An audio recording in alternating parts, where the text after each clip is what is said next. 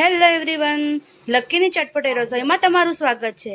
આજે મારા સાસુ મકાઈના દોડાનો દાણો બનાવી રહ્યા છે, તો તેના માટે શું શું જોઈએ તે હું તમને બતાવી દઉં।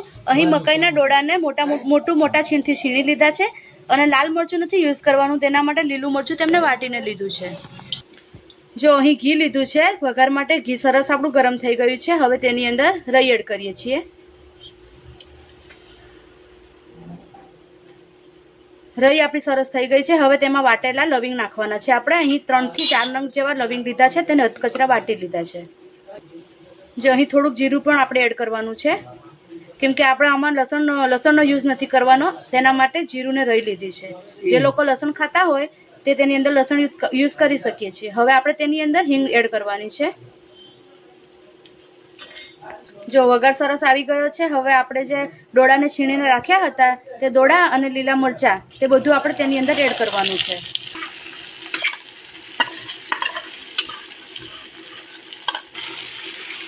હવે આપણે આને સરસ રીતે શેકવાનું છે।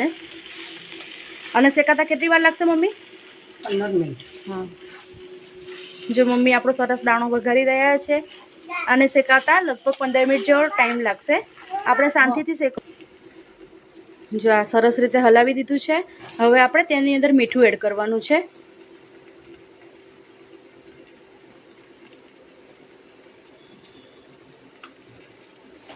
જેટલો તમારું છીણ હોય તે પ્રમાણે આપણે મીઠું એડ કરવાનું છે। અમારે અહીં થોડુંક વધારે છે એટલે 1 થી 1.5 ચમચી જેટલું મીઠું એડ કર્યું છે। હવે ફરી આપણે આને સરસ રીતે હલાવવાનું છે। હવે તેની અંદર હળદર એડ કરવાની છે અને આ બધું આપણે સરસ ફરી મિક્સ કરી લેવાનું છે અને કન્ટિન્યુ આપણે તેને હલાવતા જ રહેવાનું છે, નહીં તો તે નીચે ચોંટી જશે। જ્યાં સુધી ચડે નહીં ને ત્યાં સુધી આપણે કન્ટિન્યુ હલાવતા જ રહેવાનું છે। આને દાણાને આપણે પ્રોપરલી શેકવાનો છે, ઉતાવળ નથી કરવાની। 15 મિનિટ તો આપણે તેને શેકવાનો જ છે। અમુક લોકો આને દાણો કહે છે, અમુક લોકો દોડાનું છીણ કહે છે, અમુક લોકો દોડાની ખીચડી પણ કહે છે, અમે લોકો દાણો કહીએ છીએ। તમે લોકો શું કહો છો તે મને કમેન્ટ કરજો। જો દાણો સરસ ચડી ગયો છે। હવે આપણે તેની અંદર દૂધ ઉમેરવાનું છે। આ લગભગ 300 થી 350 ગ્રામ જેટલું દૂધ છે। જેટલું જરૂર હોય તેટલું આપણે દૂધ એડ કરવાનું છે। ઓછું યુઝ નથી કરવાનું, થોડું વધારે જ લેવાનું છે આપણે।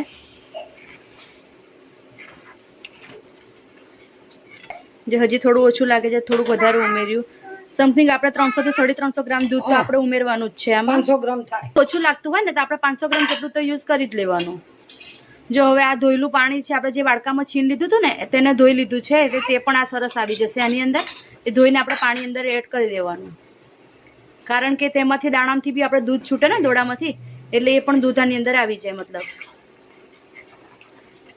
જો હજી પણ થોડુંક દૂધ જરૂર લાગે છે તો થોડુંક દૂધ ફરી ઉમેર્યું છે। હવે તેની અંદર આપણે મોરસ એડ કરવાની છે। ઓય ધક્કો મારે મને, પાછો ઊભો રહેજે તું। જો મોરસ એડ કરી છે, હવે આપણે તેને સરસ હલાવી લેવાનું છે, જેથી કરીને આપણી મોરસ જલ્દીથી ચડી જાય, ઓગળી જાય। બસ હવે આપણે તેને અડધો કલાક જેટલું ચડવા દેવાનું છે, કેમ કે આપણે ચડવા નહીં દેશું ને તો કાચો લાગશે। એટલે પ્રોપરલી એને ચડવા માટે એકદમ ધીમા ગેસે આપણે અડધો કલાક એને ચડવા દેવાનો છે। વચ્ચે વચ્ચે આપણે થોડી વાર હલાવતા રહેવાનું છે। જો ગેસની ફ્લેમ એકદમ ધીરી છે, આપણે આવી રીતે જ રાખવાની છે, જેથી કરીને દાજે નહીં। અને આવી રીતે ધીરે ધીરે તેને ચડવા દેવાનો।